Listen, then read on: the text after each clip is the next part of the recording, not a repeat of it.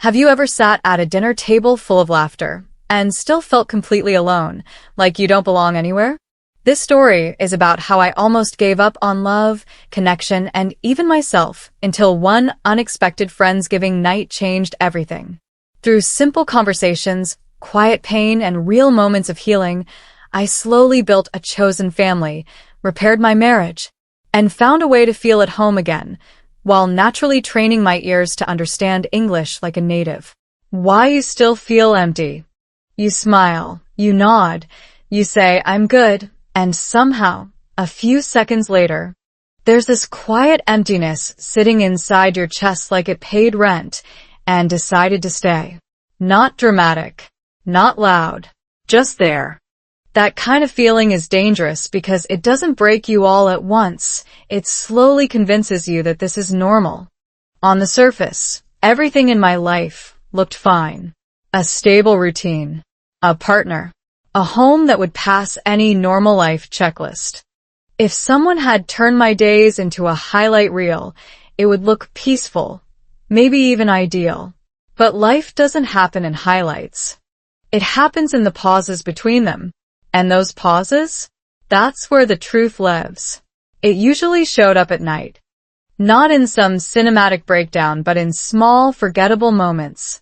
Standing in the kitchen, washing dishes, hearing the faint sound of a video playing in the other room. Sitting next to my partner on the couch, both of us close enough to touch, but somehow miles apart. That's the strange part no one warns you about. Physical closeness doesn't guarantee emotional connection. And when that connection is missing, everything else starts to feel heavier. Even things that should be simple, like improving your English, begin to feel like a chore you secretly want to avoid. Not because you're lazy, not because you lack discipline, but because your brain is asking a deeper question it doesn't know how to say out loud. What's the point of expressing myself if no one really hears me? There's a quiet kind of exhaustion that comes from that question. It's not physical. It's emotional. And it leaks into everything. You open a video to practice listening, but your mind drifts. You hear conversations around you, but you don't really absorb them. Words pass by like background noise. Here's where it gets interesting. Your brain is not broken. It's actually doing exactly what it's designed to do. There's a concept in psychology called emotional relevance. Your brain prioritizes what feels meaningful. If something doesn't connect to your emotions, your brain quietly tags it as not important. That's why you can memorize vocabulary all day and still forget it tomorrow. That's why grammar rules feel heavy and unnatural. Because your brain isn't engaged. And maybe it's a little lonely. I remember one evening so clearly, even though nothing big happened. We were having dinner. My partner asked, "How was your day?" I answered, "It was okay." That was it. Conversation over. No follow-up. No curiosity. Just silence filling the space between bites of food. And in that silence, something clicked in a way I didn't expect. I didn't know how to talk about my day anymore. Not because I didn't have the words, but because I didn't feel like they mattered. That realization is subtle, but it changes everything. When you stop feeling heard, you slowly stop wanting to express yourself. And when you stop expressing yourself, your language, any language, starts to shrink. You use fewer words, shorter sentences, safer expressions. Ai fine. It's okay. Nothing much. Simple. Efficient. Empty. It's almost ironic. The more disconnected you feel, the more you try to control things that seem manageable. You focus on pronunciation. You worry about grammar. You replay sentences in your head, trying to get them perfect. Because perfection feels safer than vulnerability. But connection doesn't come from perfect sentences. It comes from real ones. And real ones are messy. That's something nobody really explains when it comes to learning English or any language. You're not just learning how to speak. You're learning how to show up, how to be seen, how to risk being misunderstood. And if your daily life already feels like a place where you're not fully seen, your brain resists that risk. So you stay on the surface. You listen, but not deeply. You speak, but not fully. You exist, but don't quite connect. I started noticing this pattern in small ways. I would watch English videos, but I wasn't really listening. I was just letting the sound play. I would hear people talking around me, but my brain wouldn't grab the meaning. It was like there was a soft barrier, not blocking the language, but blocking the connection. Because understanding language isn't just about recognizing words. It's about feeling them. That's why people suddenly improve when they fall in love, or when they build real friendships. Their brain switches modes. It stops treating language as a task and starts treating it as a bridge to someone, a bridge to belonging. And I didn't have that bridge. Not yet. Instead, I had routines, predictable days, safe conversations that never went too deep. And over time, something inside me got smaller, less curious, less expressive, less alive. One night, I caught myself repeating the same sentence in my head. Alla fine. I had said it so many times that day, to my partner, to a friend, even to myself, that it started to sound strange, almost foreign, like a line I memorized but didn't believe. I'm fine is a useful sentence. It ends conversations quickly. It avoids explanations. It protects you from being vulnerable, but it also builds a wall, a quiet, invisible wall that keeps people from seeing what's really going on. And the longer that wall stays up, the harder it becomes to take it down. That was the moment something shifted, not in a dramatic, life-changing way, but in a small, honest one. I realized I wasn't just feeling disconnected. I was participating in that disconnection, avoiding deeper conversations, choosing safe answers, hiding behind simple words. And without realizing it, I was doing the same thing with English, avoiding complexity, avoiding expression, avoiding the very thing that could actually help me feel more connected. Here's the uncomfortable truth. When your emotional world shrinks, your language world shrinks with it. You stop exploring. You stop experimenting. You stop growing. Not because you can't, but because you don't feel a reason to. But what if the problem isn't your motivation? What if it's the kind of conversations you're having every day? What if it's the environment that slowly taught you to stay quiet? That question stayed with me. It didn't give me answers right away, but it changed how I paid attention. I started noticing the rare moments when someone actually listened, the small pauses where a conversation felt real, the subtle difference between being asked a question and being truly heard. At the time, I didn't know those moments were leading somewhere. I didn't know that something as simple as a dinner invitation, something I almost ignored, would quietly begin to change everything. Not just how I connected with people, not just how I saw my relationship, but even how I listened, how I understood, how I experienced English itself. It's strange how change begins, not with a big decision, but with a small, uncomfortable truth you can't ignore anymore. And mine sounded like this. Maybe. I'm not fine. Quiet life, loud loneliness. There's a strange kind of loneliness that doesn't look like loneliness at all. It wears clean clothes, follows a routine, replies to messages on time, and even laughs at the right moments. From the outside, it looks like stability. From the inside, it feels like living in a well-decorated room with no windows. That was my life for a while. Morning started the same way, coffee, a quick check of messages, a few polite conversations. Nothing wrong, nothing dramatic, just a smooth, predictable rhythm. And that's exactly why it was so hard to notice something was missing. When life is chaotic, you know something is off. But when life is quiet, the emptiness blends in. And quiet can be very loud. Not loud in sound, but loud in feeling. It shows up in the gaps, in the seconds after a conversation ends, In the silence of a car ride where no one feels like talking. In the moment you want to share something small, something unimportant, and realize you don't know how to start. Because deep down, you're not sure it will matter. There was a day I remember clearly. Not because anything special happened, but because nothing did.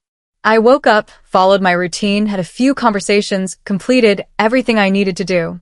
It was, by all standards, a good day. And yet, by the time evening came, I felt empty. No excitement. No connection. No real memory I wanted to hold on to. Just a day that passed. And that's when it hit me. It's not the big moments that define how connected you feel. It's the small ones. The way someone listens when you speak. The way a conversation flows without effort. The way you feel seen, even for a few seconds. Without those moments, life starts to feel like a loop. Repeat, repeat, repeat. Now here's where things get even more interesting and a bit uncomfortable. When your life becomes a loop, your brain adapts. It becomes efficient. Too efficient. Instead of fully processing conversations, it starts predicting them. Instead of deeply listening, it schemes. It hears just enough to respond, not enough to connect. This is called predictive processing, a fancy way of saying your brain is trying to save energy by assuming it already knows what's coming next. And in a repetitive environment, it usually does. So your brain stops paying attention. Not because it's lazy, because it's bored. And boredom is dangerous when you're trying to improve something like listening skills in English. Because real listening requires curiosity. It requires presence. It requires that slight tension of not knowing what comes next. But if your daily life feels predictable and emotionally flat, your brain carries that same pattern into everything, including language. You start to half-listen. You catch keywords, but miss tone. You understand sentences, but not emotion. You hear English, but you don't feel it. I didn't realize I was doing this until one small moment made it obvious. I was sitting with my partner and they were telling me a story. I nodded at the right times. I even gave a quick response at the end. But then they paused, looked at me, and said, "You're not really listening, are you?" It wasn't an accusation. It was an observation. And it landed harder than I expected. Because they were right. I had heard the words, but I hadn't been present. And that's when something clicked again. This wasn't just about our relationship. This was a pattern. A way of moving through life without fully engaging. And if I was doing that in my closest relationship, of course I was doing it everywhere else too. Including when I was trying to practice English. I thought I had a listening problem, but I didn't. I had a presence problem. Think about it. How many times have you played a video to practice listening, but your mind wandered after a few seconds? How many times have you replayed the same sentence, not because it was too difficult, but because you weren't fully there the first time? That's not a language issue. That's a connection issue. Your brain isn't locking in not because it can't understand, but because it doesn't feel engaged enough to try. And here's the part that most people miss. You can't force engagement. You can't command your brain to care. You have to give it a reason. For a long time, I didn't have that reason. Conversations felt shallow. Days felt repetitive. Even moments that should have felt meaningful passed by without leaving a mark. It's like eating food without taste. You're technically nourished, but nothing feels satisfying. And slowly, that lack of satisfaction spreads. You stop looking forward to things. You stop noticing details. You stop feeling curious. And curiosity is the engine of learning. Without it, everything becomes mechanical. Even something as powerful as language becomes just another task. I remember scrolling through videos one evening trying to find something to practice listening. I clicked, watched for a few seconds, then clicked away. Again and again. Nothing held my attention. Not because the content was bad, but because I was disconnected. From myself. From my environment. From the people around me. And without realizing it, I was also disconnected from the language I was trying to learn. That's when a quiet thought appeared. Not loud. Not dramatic. Just honest. Maybe it's not about finding better content. Maybe it's about finding better connection. At the time, I didn't know what that meant. But I started paying attention differently. To tone, not just words. To pauses, not just sentences. to the feeling behind conversations, not just the information. And something subtle began to shift. Very slowly. Almost unnoticeable. Conversations that used to feel flat started to feel slightly more alive. Moments that used to pass quickly started to linger, just a bit longer. It wasn't a big transformation. It was more like turning up the volume just enough to hear what was always there. And then, one day, something unexpected happened. An invitation. Simple. Casual. Easy to ignore. A dinner. Nothing special on the surface. But something about it felt different. Not exciting. Not important. Just slightly unfamiliar. And sometimes, unfamiliar is exactly what your brain needs to wake up again. I didn't know it yet, but that one small decision, to say yes instead of no, was about to change the way I experienced connection. The way I experienced people. And, surprisingly, the way I experienced English. Because sometimes, the fastest way to train your ears like a native isn't through perfect practice. It's through real moments you didn't plan for. And this one? It started with a table, a few strangers, and a feeling I hadn't felt in a long time. Curiosity. Love in simple English. Attraction doesn't always arrive with confidence. Sometimes, it shows up in the middle of an awkward sentence, half-finished, slightly wrong, but completely real. That's how it started.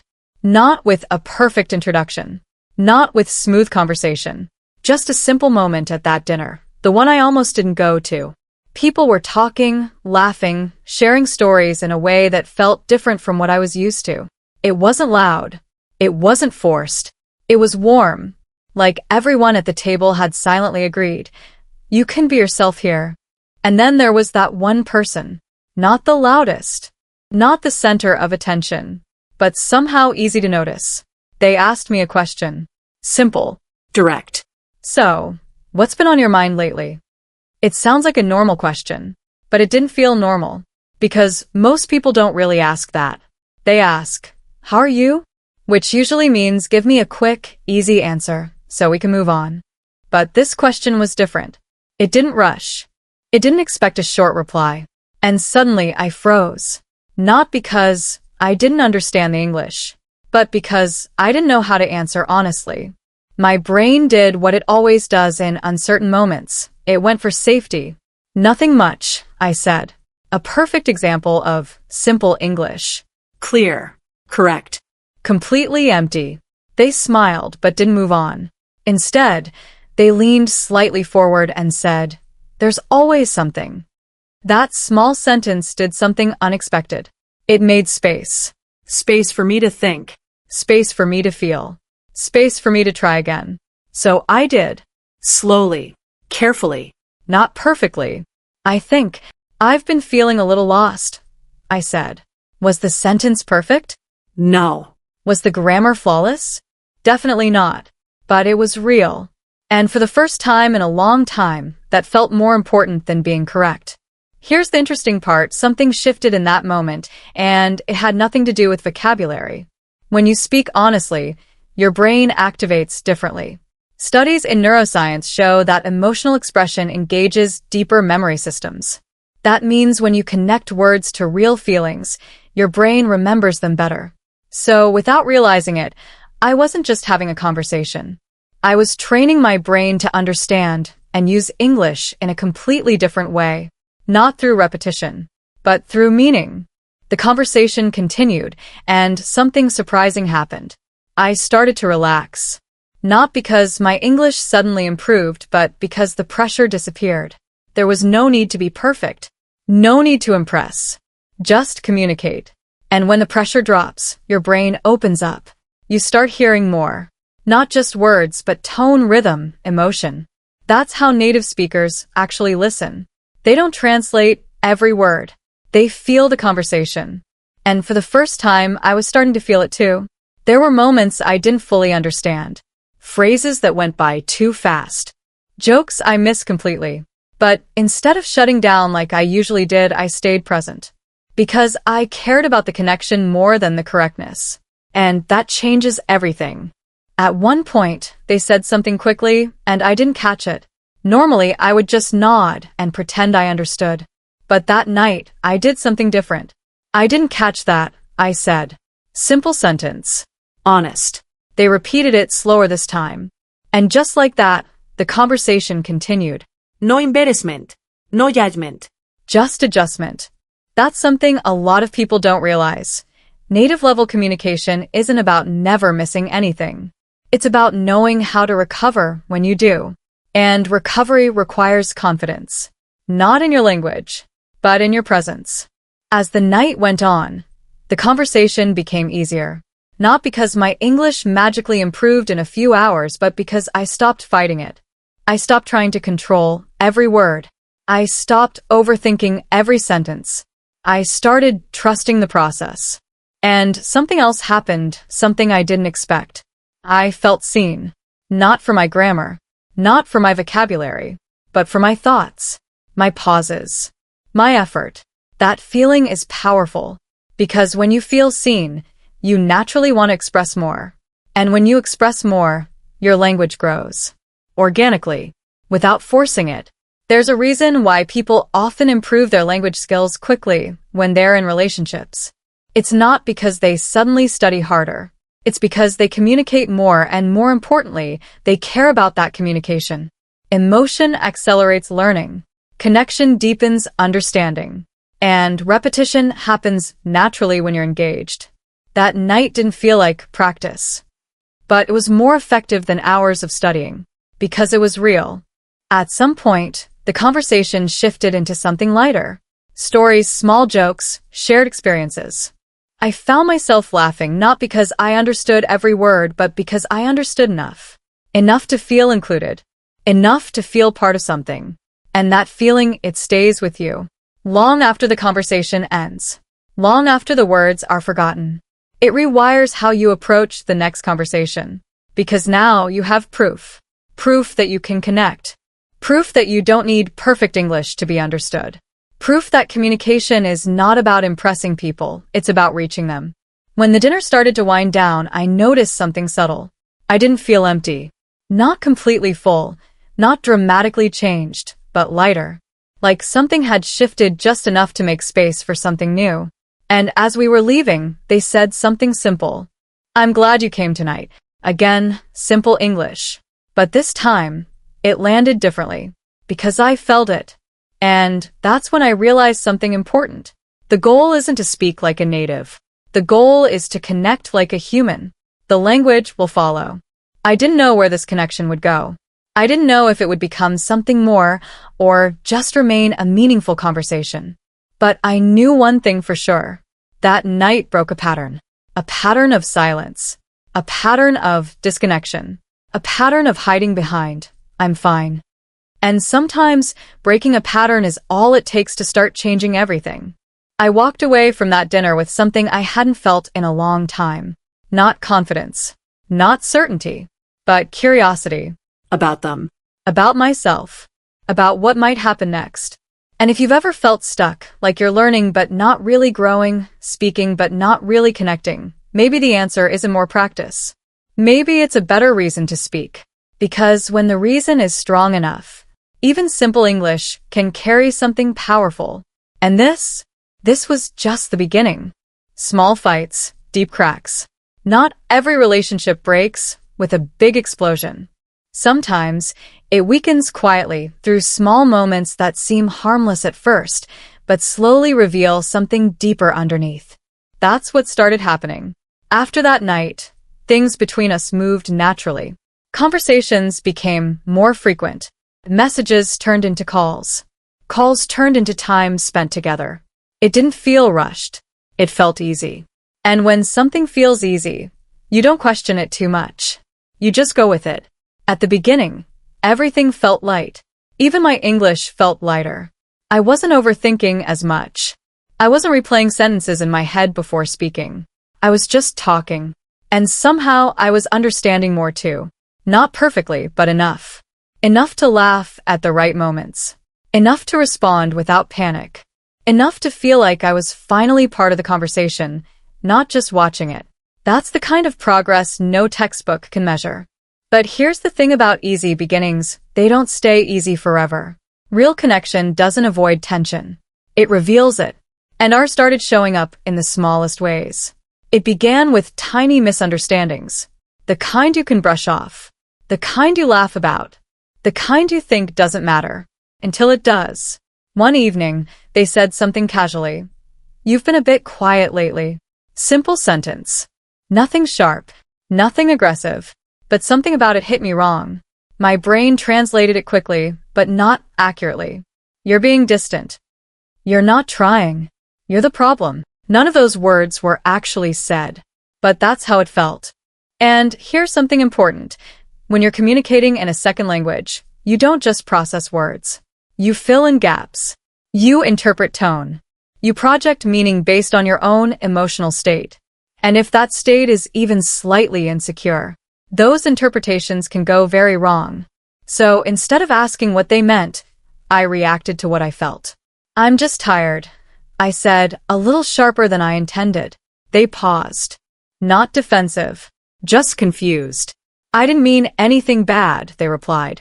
And just like that, the conversation shifted. From light to heavy. From connection to tension. It wasn't about the sentence anymore. It was about what was underneath it.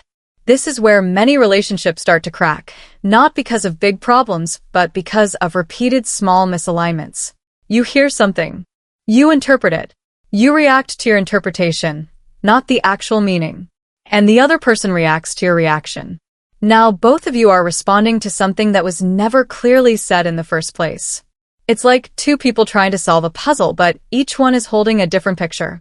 And language makes this even more complicated. Because when your English isn't perfect, you don't always have the tools to clarify quickly. You don't always know how to say, "Wait, what did you mean exactly?" in a way that feels natural. So instead, you guess. And guessing is risky. There's actually research on this. Our brains are wired to prioritize emotional interpretation over factual accuracy. That means if something feels negative, your brain will treat it as negative, even if the actual words were neutral. In relationships, this creates a quiet but powerful distortion. And I was right in the middle of it. After that conversation, things didn't explode. There was no dramatic argument, but something subtle changed. A slight hesitation. A small distance. The kind that's hard to explain but easy to feel. We still talked. Still spent time together. But there was a layer of caution now. Like both of us were trying not to step on something fragile. And that's exhausting. Because connection requires openness. But tension creates protection. And you can't fully have both at the same time. I started noticing it in my own behavior. I became more careful with my words. More controlled. More quiet. Not because I had nothing to say, but because I didn't want to say the wrong thing. That's a dangerous place to be. Because when you focus too much on avoiding mistakes, you stop expressing yourself naturally. And when expression becomes restricted, connection starts to fade. The same thing happened with my listening. I wasn't just listening to understand anymore. I was listening to defend. Trying to catch any possible negative meaning. Trying to prepare responses in advance. Trying to stay one step ahead of potential conflict. But that's not real listening. That's survival mode. And survival mode is terrible for language learning. Because instead of being curious, your brain becomes cautious. Instead of exploring, it filters. Instead of engaging, it protects. And protection limits growth. There was one moment that made everything clear. We were having another conversation. Nothing serious, just a normal exchange. But halfway through, they stopped and said, "You're doing that thing again." I blinked. "What thing?" "You're here, but not really here." That sentence hit differently. Not like an attack. More like a mirror. And for a second, I didn't know how to respond. Because they were right. I was physically present, but mentally guarded. Emotionally distant. Listening but not open. And suddenly I saw the pattern. This wasn't just about misunderstandings. It was about fear. Fear of being misunderstood. Fear of saying the wrong thing. Fear of not being enough, linguistically, emotionally, completely. And that fear was quietly shaping everything. The way I spoke. The way I listened. The way I showed up in the relationship. Here's the truth most people avoid. Communication problems are rarely just about language. They're about safety. If you don't feel safe, you don't speak freely. If you don't speak freely, you don't connect deeply. And if you don't connect deeply, even love starts to feel fragile. That realization didn't fix everything instantly. But it changed how I saw things. Instead of focusing on improving my English, I started asking a different question. Why do I feel the need to protect myself here? And that question led somewhere unexpected, because the answer wasn't just about me. It was about the environment, the conversations, the emotional space we were creating or not creating. And slowly, I began to understand something important. You don't just need better words to communicate better. You need a space where those words can exist without fear. At that point, I didn't know how to create that space. Not yet. But life has a strange way of introducing what you need when you're finally aware enough to notice it. And for me, that introduction came in the form of something simple. Another invitation. Another dinner. Different people. Different energy. A setting that felt unfamiliar, but somehow a little more open. I didn't know it then, but that night was about to show me a completely different way of connecting. A way that didn't rely on perfect language. A way that didn't trigger constant defense. A way that felt safe. And sometimes, safety is the missing piece that changes everything. Even how you love. Even how you listen. Even how you understand a language that once felt distant. Because when you feel safe, you stop translating life. And you finally start experiencing it. The Friendsgiving Night. Some invitations don't look important. No big promise. No clear benefit. Just a simple message that's easy to ignore. Hey, we're having a small Friendsgiving dinner. You should come. That was it. No pressure. No expectation. And honestly, my first instinct was to say no. Not because I was busy. Not because I had other plans. But because something inside me felt tired. Tired of trying to connect. Tired of navigating conversations. Tired of that quiet tension I didn't fully understand yet. You know that feeling, when even something social feels like work. Yeah, that. My brain immediately started listing reasons not to go. It might be awkward. You won't understand everything. You'll have to explain yourself again. It was trying to protect me from discomfort. But here's the strange part. There was also a smaller voice. Quieter. Less confident. But persistent. Maybe this will feel different. And for once, I listened to that voice. The night itself didn't start dramatically. No cinematic entrance. No sudden shift. Just a house filled with soft light, the smell of food, and people already talking in small groups. But something felt different. Not loud. Not overwhelming. Just warm. That's the first thing I noticed. Warmth. Not just in temperature, but in energy. The kind of atmosphere where no one is trying too hard. Where conversations don't feel like performances. Where people aren't waiting for their turn to speak. They're actually listening. It sounds simple, but it's rare. I stood there for a moment, observing. Not in an awkward way, more like trying to understand the rhythm of the room. People moved easily between conversations. Someone laughed loudly in the corner. Someone else was explaining a recipe. Nothing special. Just normal life. But it didn't feel empty. It felt alive. And then something unexpected happened. No one rushed me. No one put me on the spot. No one asked those quick, surface-level questions that demand short, polite answers. Instead, conversations opened slowly, naturally, like doors that don't need to be forced. Someone handed me a plate. Someone else asked, "Have you tried this yet?" Simple, casual, easy to answer. No pressure to impress. No need to perform. And, without realizing it, I started relaxing. Here's something interesting. Your brain reacts differently in safe environments. When you feel judged, your brain activates defensive pathways. It focuses on avoiding mistakes, predicting risks, protecting your image. But when you feel safe, those pathways quiet down. Your brain shifts into exploratory mode. That's where real learning happens. That's where real connection begins. And that's exactly what I felt that night. I wasn't trying to speak perfect English. I wasn't scanning for mistakes. I was just there, listening, responding, being part of something. At one point, I joined a small group sitting around the table. They were talking about holiday traditions, stories from childhood, funny moments with family. I didn't understand everything. Not every word. Not every reference. But I understood enough. Enough to follow the emotion. Enough to feel included. And that's the key most people miss. Understanding isn't all or nothing. You don't need 100% comprehension to connect. You need just enough to stay present. And when you stay present, your brain fills in the rest over time. There was a moment when someone shared a story about a failed Thanksgiving dinner. Burnt turkey, chaotic kitchen, everything going wrong. Everyone laughed. Not because the story was perfect, but because it was real, messy, human, relatable. And suddenly, I felt something shift again. This wasn't about language. This was about belonging. The kind of belonging that doesn't require perfection. The kind that allows mistakes. The kind that makes space for you as you are. At some point, someone turned to me and asked, "What about you? Any holiday stories?" That question used to scare me. Too open. Too unpredictable. Too many chances to say something wrong. But that night, it felt different. I paused. Not because I was panicking, but because I was thinking. Then I spoke. Slowly. Simply. Not perfect. But real. I don't have a story like that, but I remember feeling very quiet during holidays. There was a brief silence. Not awkward. Not uncomfortable. Just attentive. And then someone nodded.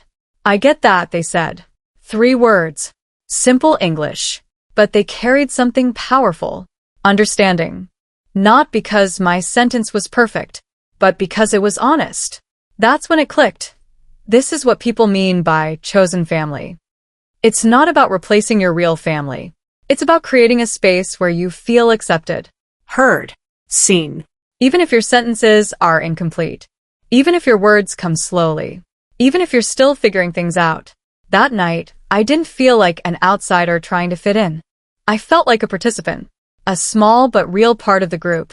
And something unexpected happened again. My listening improved.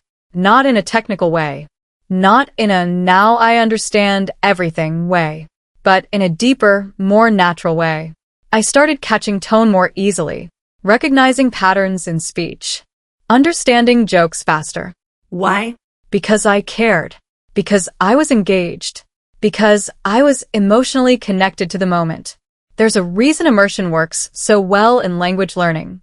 It's not just exposure, it's emotional involvement. When your brain is engaged, it processes language faster, stores it better, retrieves it more easily. That night was immersion. Not forced. Not structured. Just real. At one point, someone raised a glass and said, "To friends who feel like family." Everyone smiled. Some laughed. Some nodded quietly. And I felt something I hadn't felt in a long time. Not excitement. Not happiness in a loud, obvious way. But something softer. Something deeper. Relief. Like my brain finally stopped searching for something missing. Because in that moment, nothing was missing. When the night started to wind down, I noticed something strange. I didn't want to leave. Not because the night was perfect. Not because everything was magical. But because it felt right. Comfortable. Real. And as I stepped outside, into the quiet air, one thought stayed with me. Maybe connection isn't something you force. Maybe it's something you find when you're in the right space. And maybe that space can change everything. Not just how you relate to people, but how you hear them, how you understand them, how you respond. That night didn't solve all my problems. It didn't fix every misunderstanding. It didn't magically transform my relationship, but it did something more important. It showed me what was possible. A different way of connecting. A different way of listening. A different way of being. And once you've experienced that, you can't unsee it. You start wanting more of it. You start looking for it. You start building it. And that's exactly where the story is going next. Because one night can open a door. But what you do after that, that's where everything really begins. Chosen family begins. Something strange happens after a night like that. You don't wake up as a different person. Your life doesn't suddenly transform. Your relationship doesn't magically fix itself. But there's a quiet shift, like someone adjusted the lighting in your world just enough for you to notice details you missed before. That's how it started. The morning after Friendsgiving felt normal but not exactly the same. The same kitchen, the same routine, the same silence in certain moments.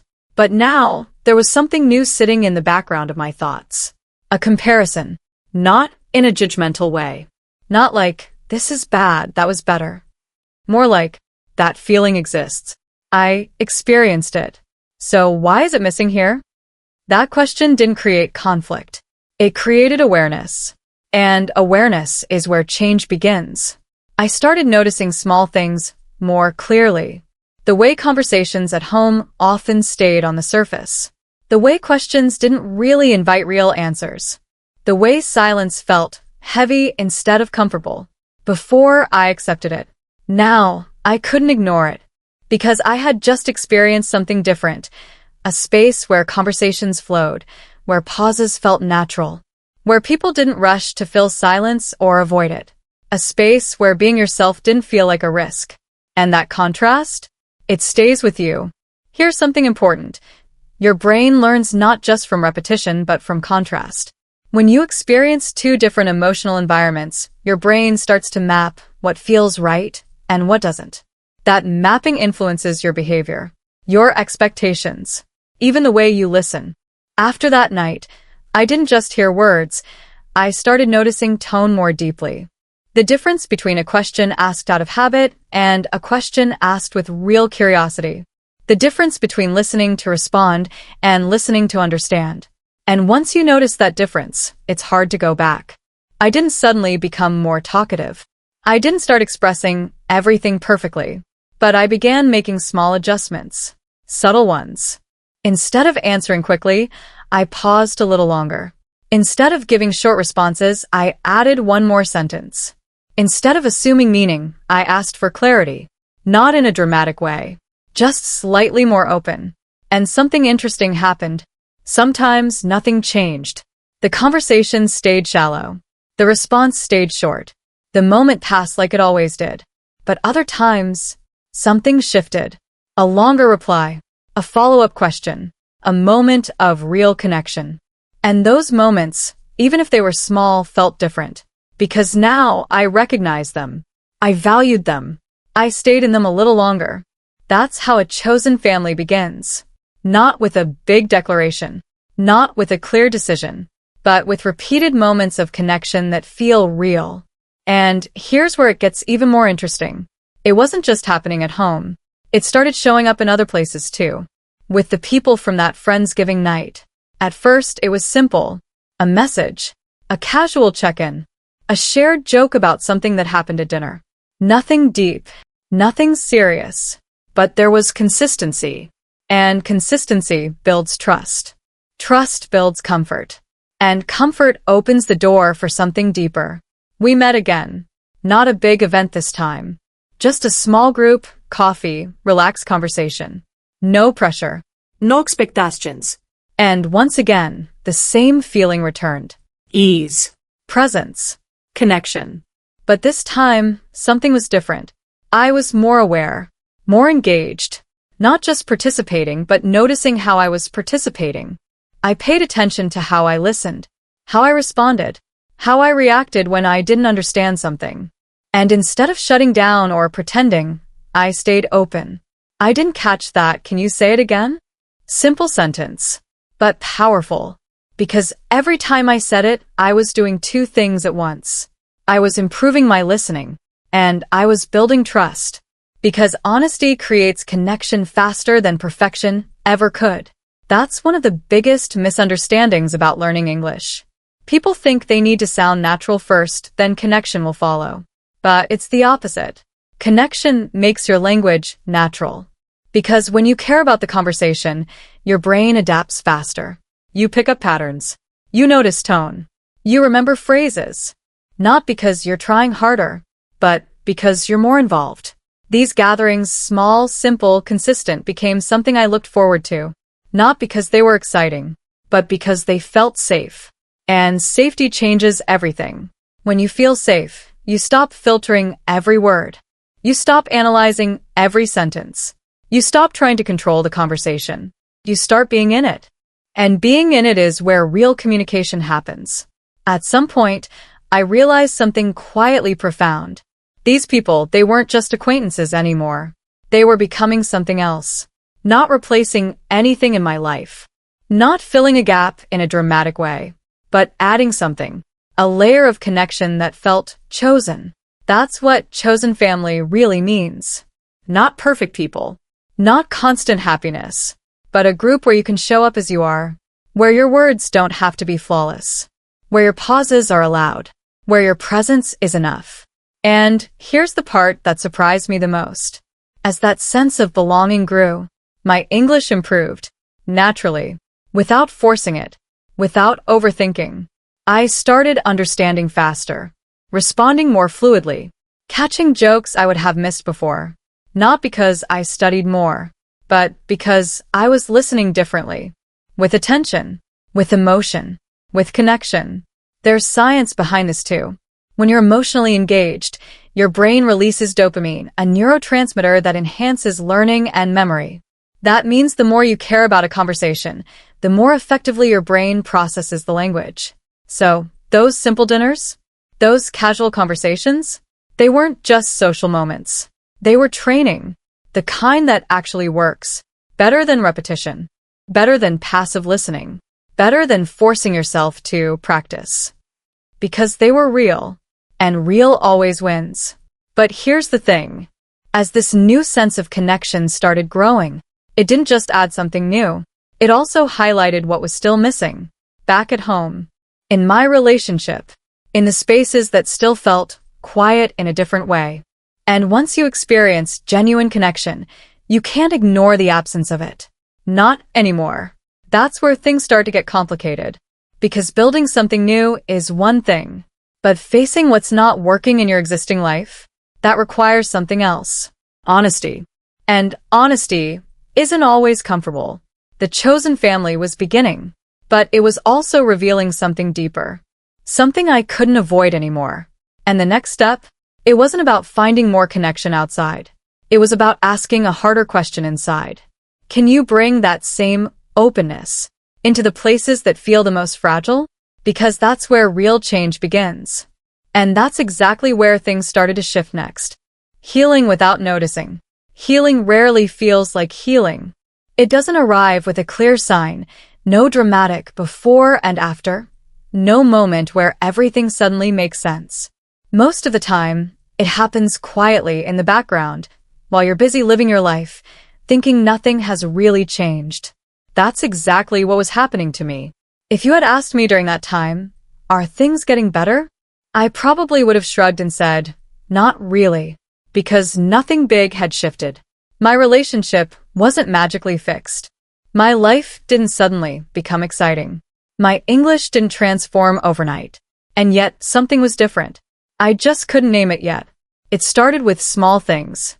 The kind of things you usually ignore. Like noticing that I wasn't as mentally exhausted after conversations. Or realizing that I didn't replay every sentence in my head anymore. Or catching myself actually enjoying a moment instead of analyzing it. At first, I thought it was random. Just a good day here, a light moment there. But then it kept happening. And that's when I started paying attention. There's a concept in psychology called micro-recovery. It refers to small, almost invisible moments where your brain relaxes and resets. These moments are easy to miss because they don't feel significant. But over time, they accumulate, and that accumulation changes how you think, feel, and respond. That's what was happening. Not big breakthroughs. Small recoveries. Again and again. I remember one conversation clearly, not because it was important, but because it felt easy. We were sitting together, talking about something simple. No deep topic. No emotional weight. Just a casual exchange. And at some point I realized something surprising. I wasn't trying. I wasn't searching for the right words. I wasn't worried about how I sounded. I was just talking. And more importantly, I was listening. Fully. Without preparing my response. Without scanning for mistakes. Without that quiet tension in the background. That's when it hit me. This is what it feels like to be present. And presence changes everything.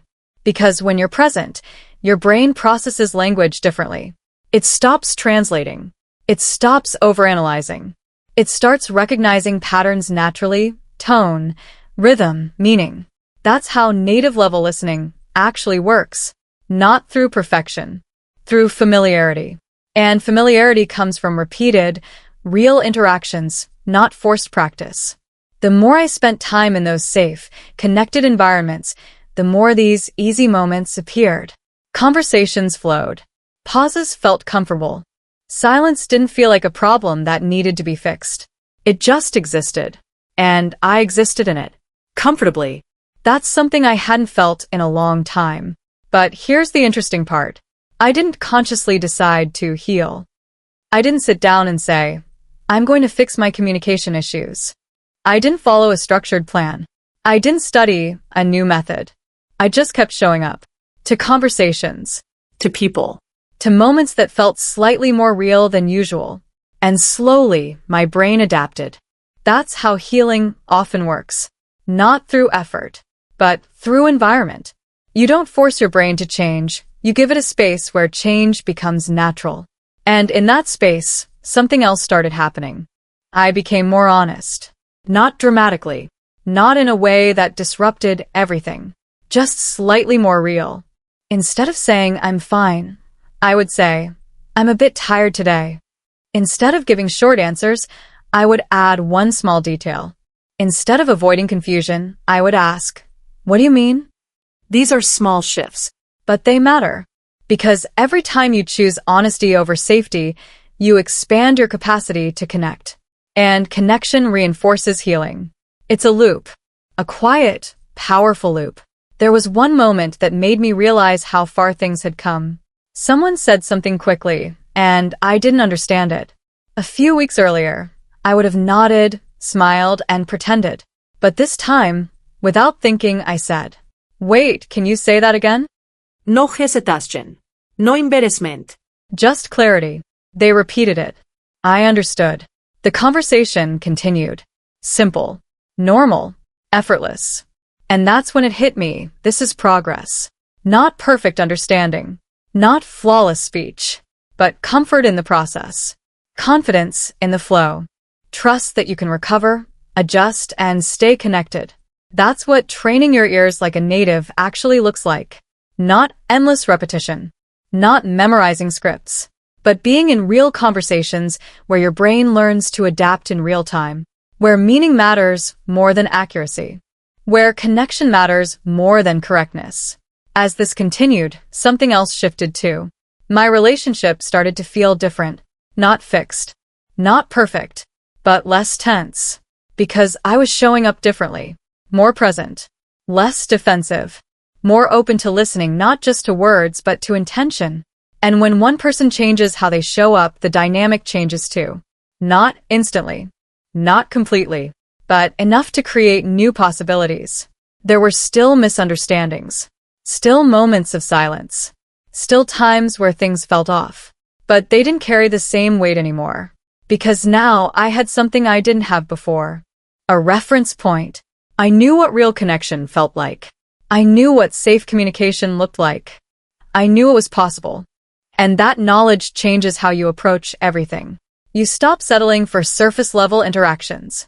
You stop accepting emotional distance as normal. You start wanting more. Not in a demanding way, but in an aware way. And awareness is powerful. Because once you see clearly, you can unsee. That's where things started to get interesting. Because healing doesn't just make you feel better. It makes you more honest. And honesty leads to decisions. Small ones at first, then bigger ones. About who you spend time with, how you communicate, what you tolerate, what you don't. The chosen family continued to grow. The sense of belonging became stronger. The conversations became deeper. And my English? It kept improving. Not because I was focusing on it, but because I was using it, living in it, experiencing it. That's the secret most people overlook. Language isn't just something you learn. It's something you live. And when you start living it, it starts living in you. But here's the twist. As everything became clearer, one question started to become unavoidable. If connection feels this natural here, why does it still feel difficult somewhere else? And that question? It doesn't stay quiet forever. Because once healing begins, it pushes you toward truth. Even when that truth is uncomfortable. Even when it challenges what you thought was fine. And that's exactly where this journey was heading next. Not toward more comfort, but toward something deeper, something real, something that would change not just how I connect, but how I define home. Listening like a native. Fluency doesn't begin with speaking. It begins with noticing. Noticing the way someone pauses before they say something important. Noticing how a sentence softens when it carries care, or sharpens when it hides frustration. Noticing the rhythm of real conversation, the parts that don't exist in textbooks. That's where everything started to change for me. Not in a classroom, not through a new method, but in the middle of ordinary conversations that slowly stopped feeling ordinary. At some point, I realized I wasn't trying to understand English anymore. I was trying to understand people. And that subtle shift? It changes the entire game. Before, when someone spoke, my brain focused on decoding. Words, structure, grammar. It was like trying to solve a puzzle in real time. Stressful, slow, easy to fall behind. Now, something different was happening. I was listening for meaning first, emotion second, words third. And surprisingly, I understood more. Not because I suddenly knew more vocabulary, but because I stopped depending on it. There's a concept in cognitive science called top-down processing. It means your brain uses context, expectation, and prior experience to understand information, even if some details are missing.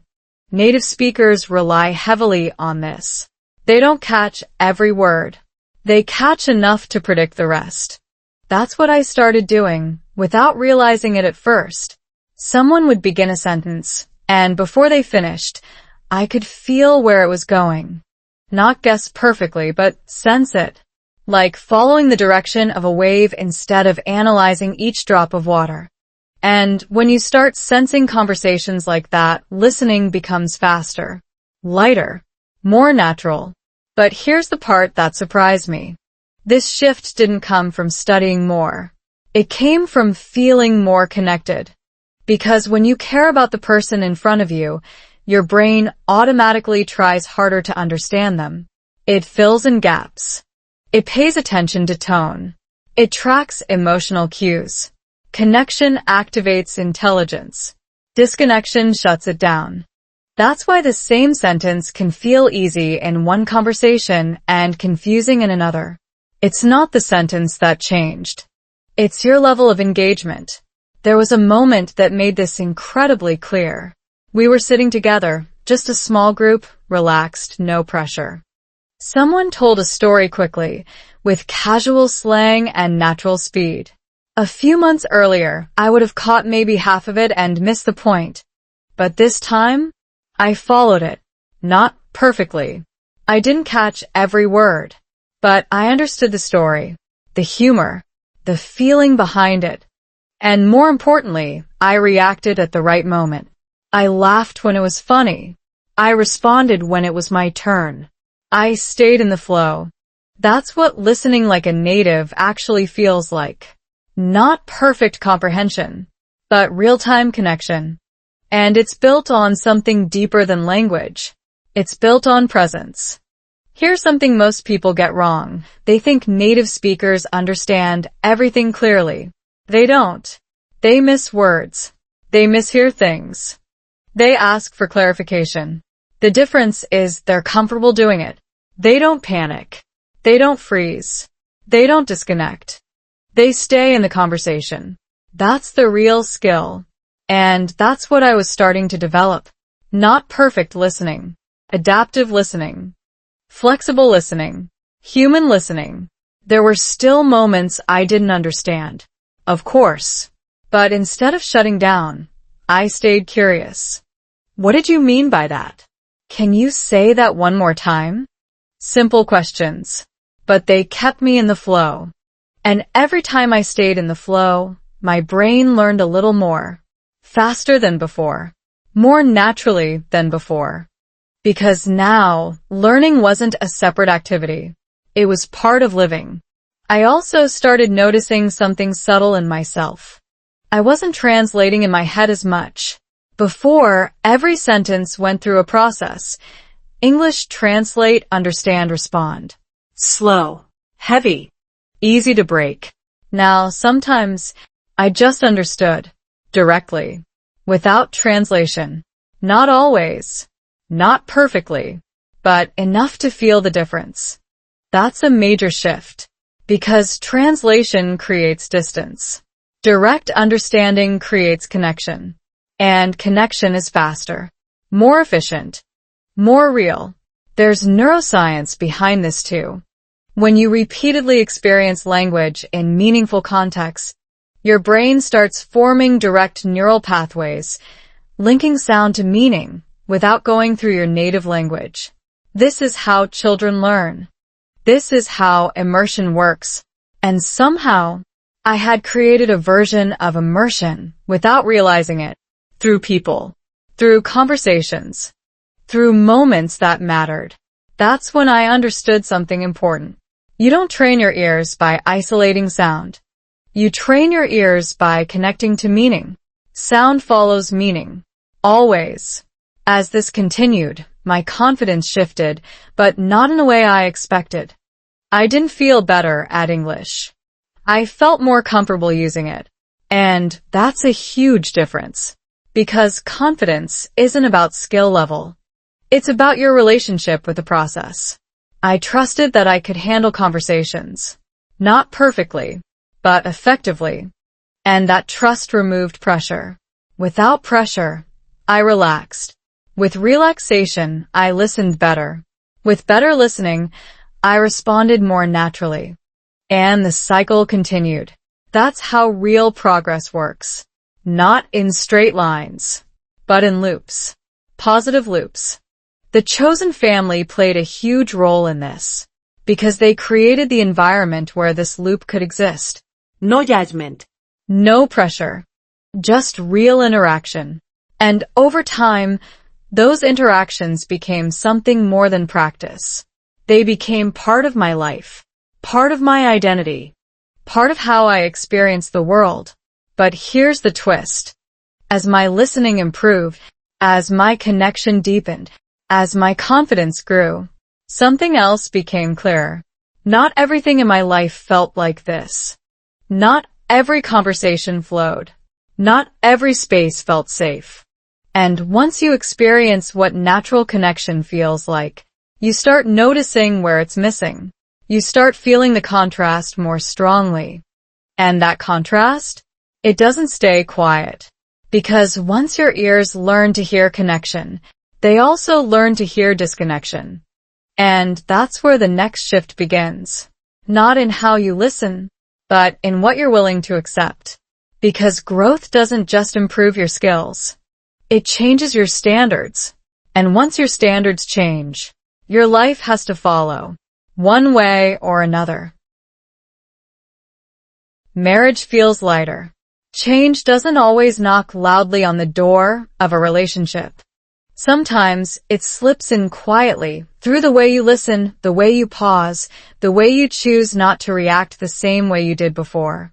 That's how things started to shift between us. Not with a big conversation. Not with a dramatic "we need to talk." But through small, almost invisible changes in how I showed up every day. Before, our conversations often felt like a series of short exchanges. Functional, efficient, safe, but also limited. Like we were both staying inside invisible boundaries we didn't fully understand. Now, something was different. I wasn't trying to fix the relationship. I was trying to be more present in it. And that sounds simple until you actually try it.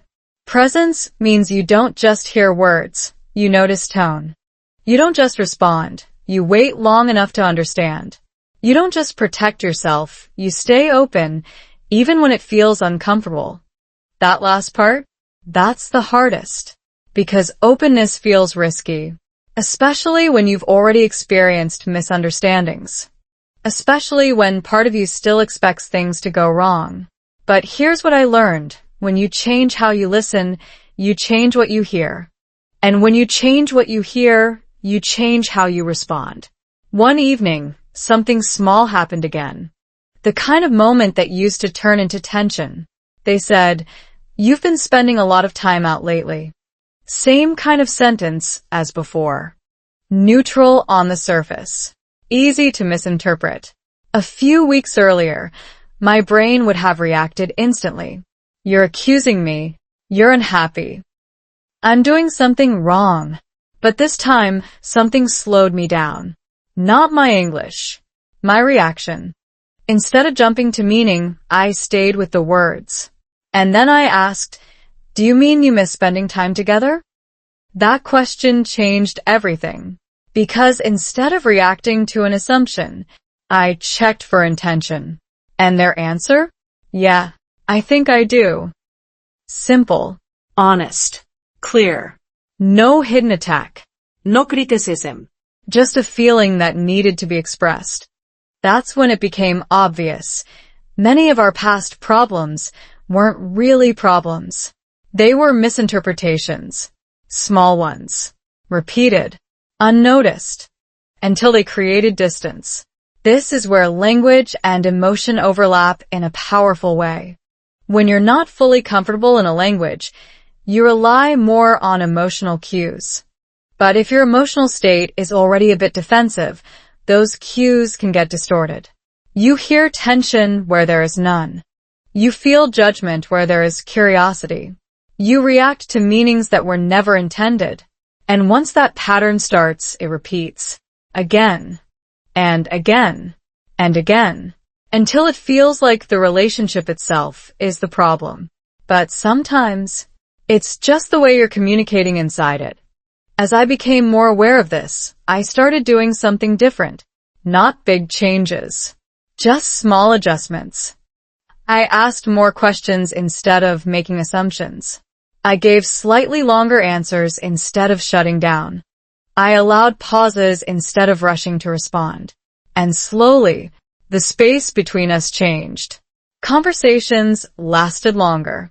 Silences felt less heavy. Moments of tension didn't escalate as quickly. It wasn't perfect, but it was lighter. That's the word that kept coming back. Lighter. Like we weren't carrying as much invisible weight anymore. And that lightness? It creates room. Room for curiosity. Room for honesty. Room for connection to grow again. There was one moment that made me realize how much had shifted. We were talking about something simple, plans for the weekend. Nothing serious. But halfway through, the conversation drifted into something deeper. Not forced. Not planned. Just natural. They shared something they had been feeling. Something they hadn't said before. And instead of preparing a response, I just listened. Fully. No interruption. No analysis. No internal translation. Just presence. And when they finished, there was a pause. Not awkward. Not empty. Just real. That pause said more than any perfect sentence could. Because it showed something had changed. We weren't just exchanging information anymore. We were connecting. And here's where it gets interesting. My English didn't feel like a barrier in that moment. It didn't feel like something I had to manage. It felt like part of the flow. Imperfect, yes. But enough. More than enough. That's something a lot of people don't expect. You think you need better English to have deeper relationships. But sometimes, you need deeper presence to unlock better English. Because when the emotional space is safe, your brain relaxes. And when your brain relaxes, your language flows more naturally. You stop forcing it. You stop controlling it. You start using it. And using it is what actually builds fluency. As days passed, these small shifts accumulated. We laughed more. Not loudly. Not dramatically. But more often. We talked more. Not longer. Not deeper every time. But more openly. And most importantly, we misunderstood each other less. Not because our language improved dramatically overnight, but because our approach to communication changed. We were checking meaning instead of assuming it, listening to understand instead of preparing to respond, staying in the conversation instead of mentally stepping out. And that made everything feel lighter. But here's the truth.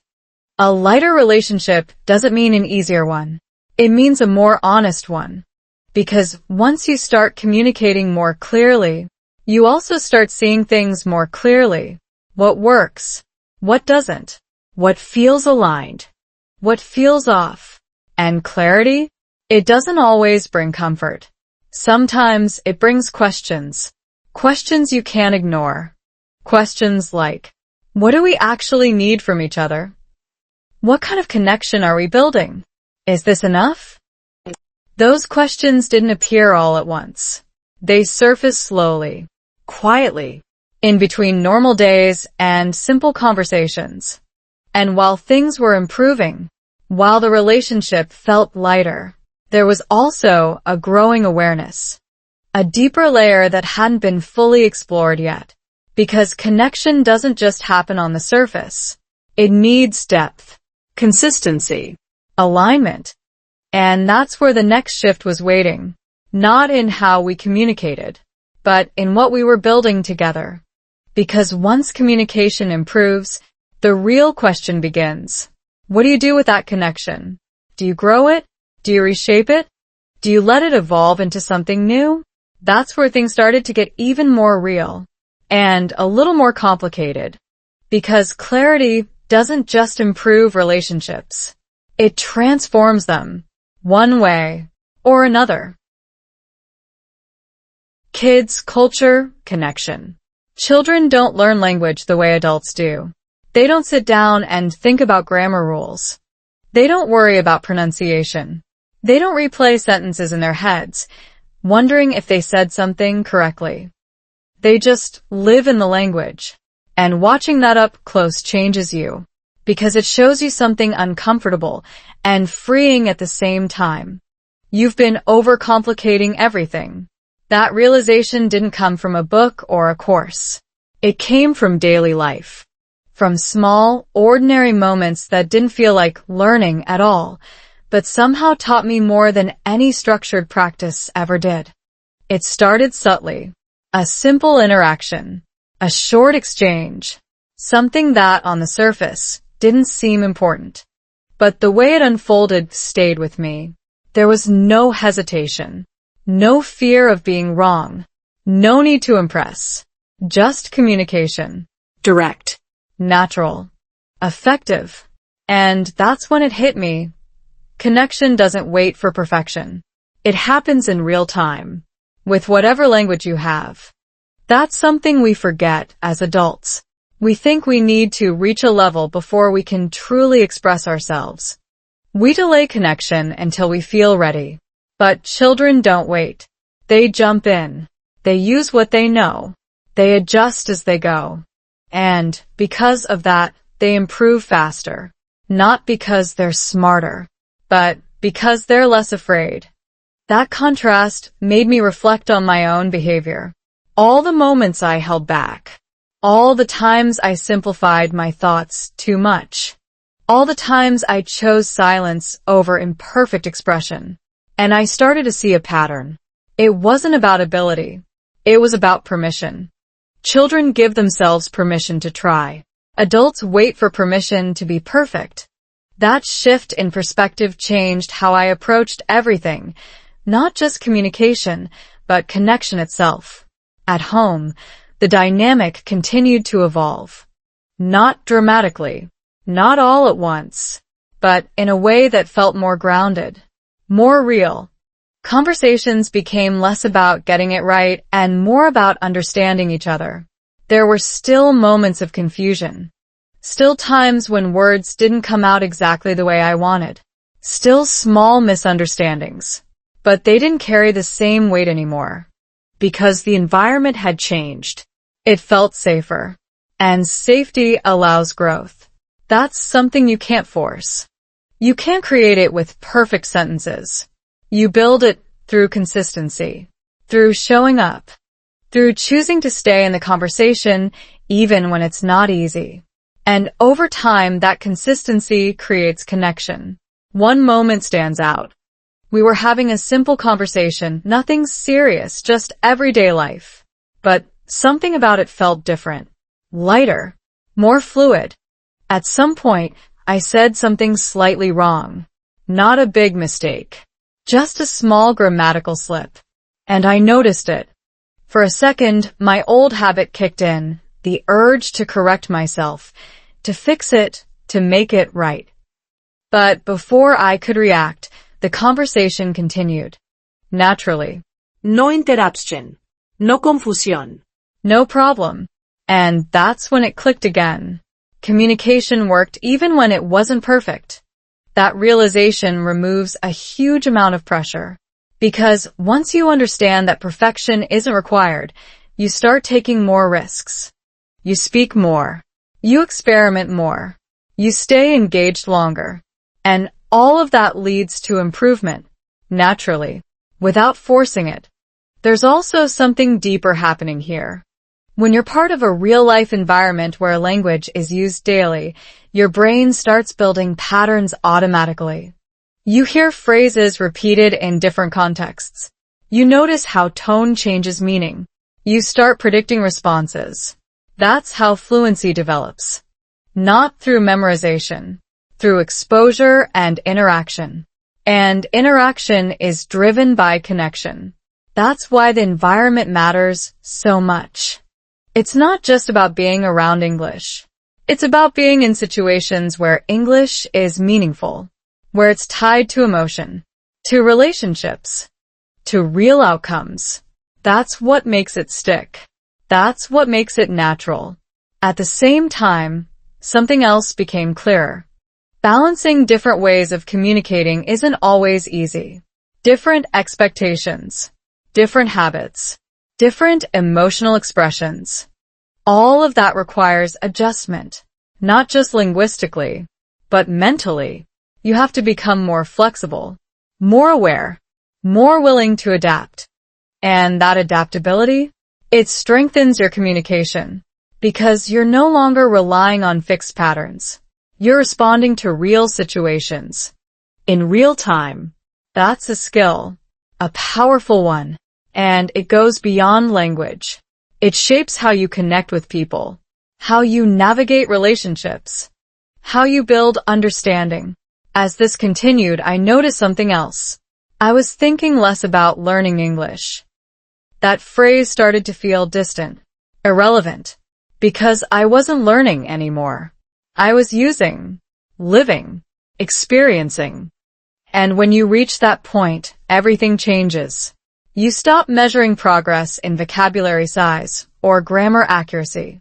You measure it in moments. Moments where you understood without effort. Moments where you expressed something real. Moments where you felt connected. Those are the markers that matter. Those are the signs that you're moving forward, not just in language, but in life. And that's where everything started to come together.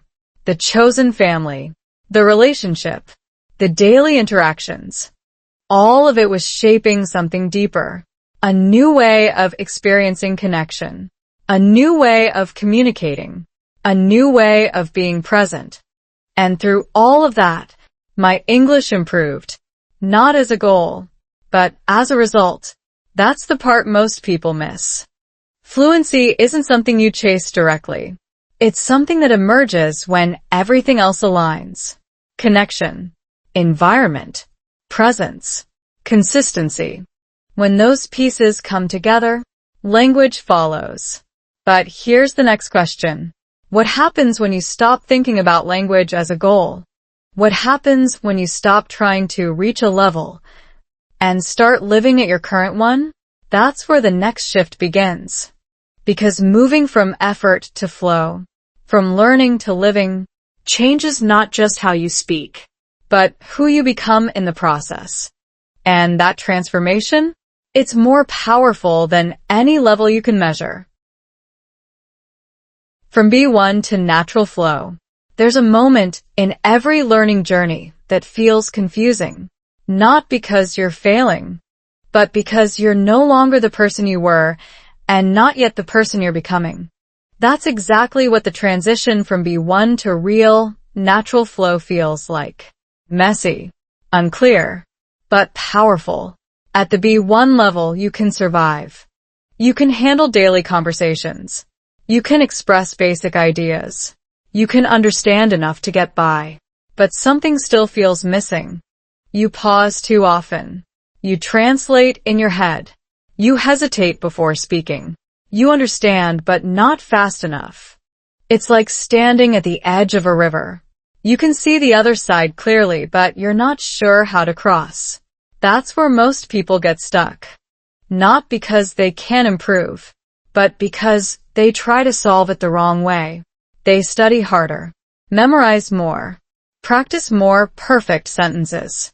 And yet, the gap remains. Because the problem isn't knowledge.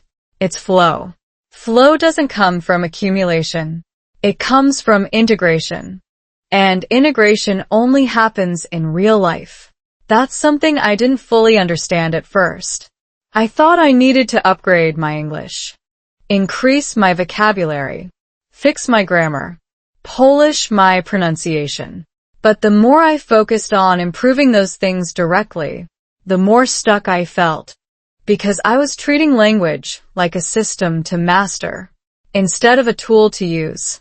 The shift happened quietly, not through a plan, not through a method, but through repetition of real moments, conversations, interactions, situations where I had no time to prepare, no chance to rehearse, just respond. And at first, it was uncomfortable. You feel slow. You feel behind. You feel like you're missing things. But something interesting happens if you stay in that discomfort. Your brain adapts. Not dramatically. Not instantly. But steadily. You start recognizing patterns faster. You stop translating every word. You begin to anticipate meaning. And suddenly there are moments where everything flows. Short at first. Just a few seconds. A sentence. A response. A laugh at the right time. Then it disappears again. And you're back to thinking, translating, hesitating. That's normal. That's the process. Flow isn't permanent at the beginning. It comes in waves. But each wave lasts a little longer. Feels a little easier. Becomes a little more natural. That's how you move forward. Not in a straight line, but in expanding moments of clarity. There was one conversation that made this shift undeniable. We were sitting together, talking casually. Nothing special. But at some point, I realized something strange. I hadn't translated anything for a while.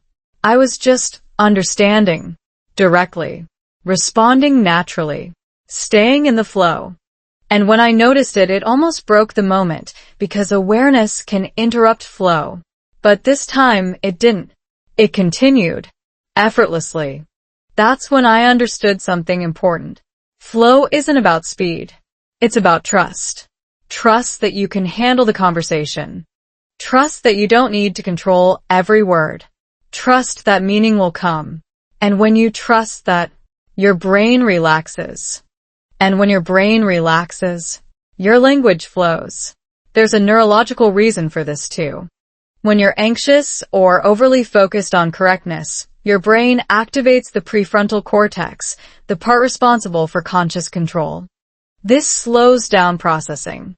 But when you're relaxed and engaged, your brain shifts more toward automatic processing systems, faster, more efficient, more natural.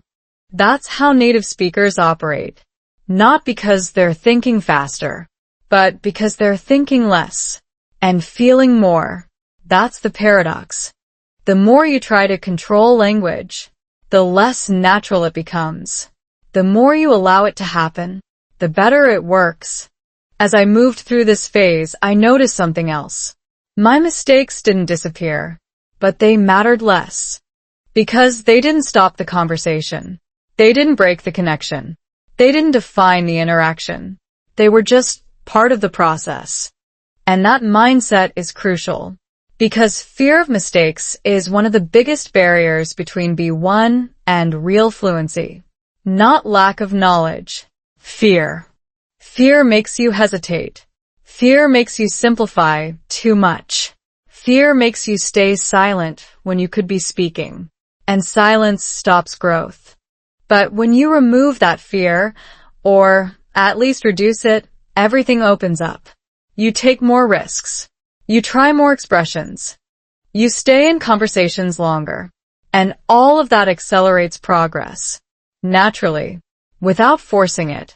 The chosen family played a huge role here, because they created an environment where mistakes were normal, expected, even welcomed, not in a teaching way, not in a corrective way, but in a human way, where communication mattered more than correctness. And that allowed me to experiment, to stretch my language, to move beyond safe, simple sentences. And that's how you grow. Not by staying within your comfort zone, but by expanding it little by little. There's also something else that changes at this stage. Your identity. You stop seeing yourself as someone learning English. And you start seeing yourself as someone who uses English. That shift is subtle, but powerful, because identity shapes behavior. If you see yourself as a learner, you wait. You prepare. You hesitate. If you see yourself as a user, you act. You engage. You participate. And participation creates fluency. That's when English stops being something external, something you practice, and becomes something internal, something you live, something you are. That's the real transition from B1 to natural flow. Not a jump in level, but a shift in relationship. With the language, with yourself, with the process. And once that shift happens, everything feels different. Not perfect, not effortless all the time, but possible, real, sustainable. But here's the next question. What happens after flow becomes normal? After communication feels natural? After connection is no longer a struggle? That's where the final realization begins. Because language was never the real goal. It was just the bridge. The bridge to something deeper. Something more important. Something that answers a question you didn't even know you were asking at the beginning. Where do I truly belong? And the answer to that is not where you expect. You can choose your home. There's a quiet question that follows you longer than you expect. It doesn't show up immediately. It waits. It watches. It grows slowly in the background while you focus on other things. Work, relationships, routines, progress. And then one day, it becomes impossible to ignore. Where do I actually belong? Not where you live. Not where you work. Not where everything looks fine from the outside. But where you feel at home. For a long time, I thought that question had a fixed answer. That home was something you either had or didn't. Something tied to history, to circumstance, to things you couldn't really change. But everything I experienced over time, every conversation, every moment of connection, every quiet shift started to challenge that idea. Because what I was building didn't come from the past. It came from the present, from choices. From people who weren't connected to me by obligation, but by intention. That's when the meaning of chosen family became clear. It's not about replacing anything. It's not about rejecting where you come from. It's about recognizing that connection is something you can actively create. That belonging isn't limited to what you were given. It's something you can build. And that realization changes everything. Because once you understand that, you stop waiting. You stop hoping that connection will appear on its own. You start choosing it. In small ways. Every day. You choose to show up. You choose to listen. You choose to be honest, even when it feels easier to stay quiet. You choose to stay in conversations instead of escaping them. And over time, those choices create something real, something stable, something that feels like home. Looking back, nothing in this journey was dramatic. No single moment fixed everything. No conversation solved every problem. No decision changed my life overnight. But that's exactly why it worked. Because real change doesn't rely on intensity. It relies on consistency. Those dinners, those conversations, those small, honest exchanges, they built something slowly. Something that didn't feel forced. Something that didn't disappear when things got uncomfortable. And eventually something that felt solid. That's when I realized something surprising. The feeling I was chasing at the beginning, the sense of connection, of belonging, of being understood, it wasn't something I had to find in one place. It was something I could create in many places. With the right people. With the right approach. With the right presence. And once you experience that, the question changes. It's no longer, where do I belong? It becomes, where do I choose to invest my energy? Because belonging follows investment. It follows attention. It follows care. That applies to everything. Relationships. Friendships. Even language. Because English, this thing that once felt like a barrier, a challenge, something I had to fix, became something else entirely. A bridge. A tool. A way to connect with people I wouldn't have been able to reach otherwise. And once it became a bridge, it stopped feeling heavy. It stopped feeling like work. It started feeling natural. Not perfect, but real. That's the difference. Perfection isolates. Realness connects. And connection is what we're all actually looking for. If you've been watching this, maybe something here feels familiar. That quiet emptiness. That sense of disconnection. That frustration with not improving as fast as you want. That feeling of being close, but not fully there. Here's the truth most people won't tell you.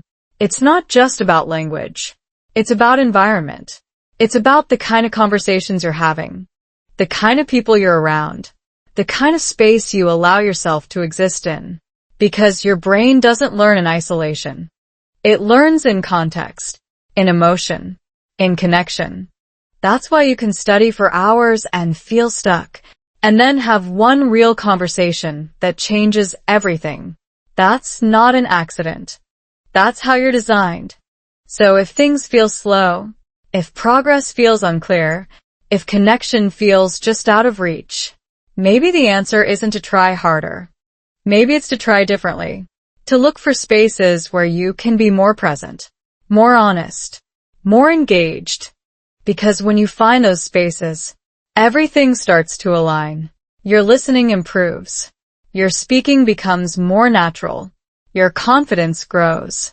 Not because you forced it, but because you allowed it. And in the end, that's what this journey was really about. Not mastering a language, not reaching a level, but learning how to connect with others, with yourself, with the life you're actually living. Because when connection becomes real, everything else follows, including the language.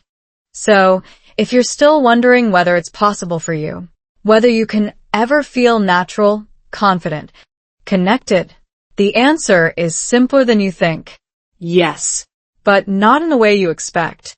Not through perfection. Not through pressure. But through presence. Through real moments. Through choosing connection again and again until it becomes who you are. And when that happens, you don't just learn a language. You build a life that finally feels like home. What if the real reason you still feel stuck isn't your English, but the kind of conversations you're living every day? This story was never just about language. It was about connection, about the quiet spaces where people either feel seen or slowly disappear inside themselves. And maybe, just maybe, the breakthrough you've been waiting for isn't another method, another lesson, or another perfect sentence. Maybe it's one real moment. One honest conversation. One place where you stop trying to sound right and start feeling understood. because that's when everything shifts. Your listening becomes natural. Your speaking becomes effortless. And your confidence stops being something you chase and starts being something you live. So here's the question I'll leave you with. Are you learning English, or are you building a life where English finally makes sense? If this story made you feel something, don't ignore that. That feeling might be the beginning of your own shift. Subscribe now and stay with this journey, because the next story might be the one that changes everything for you.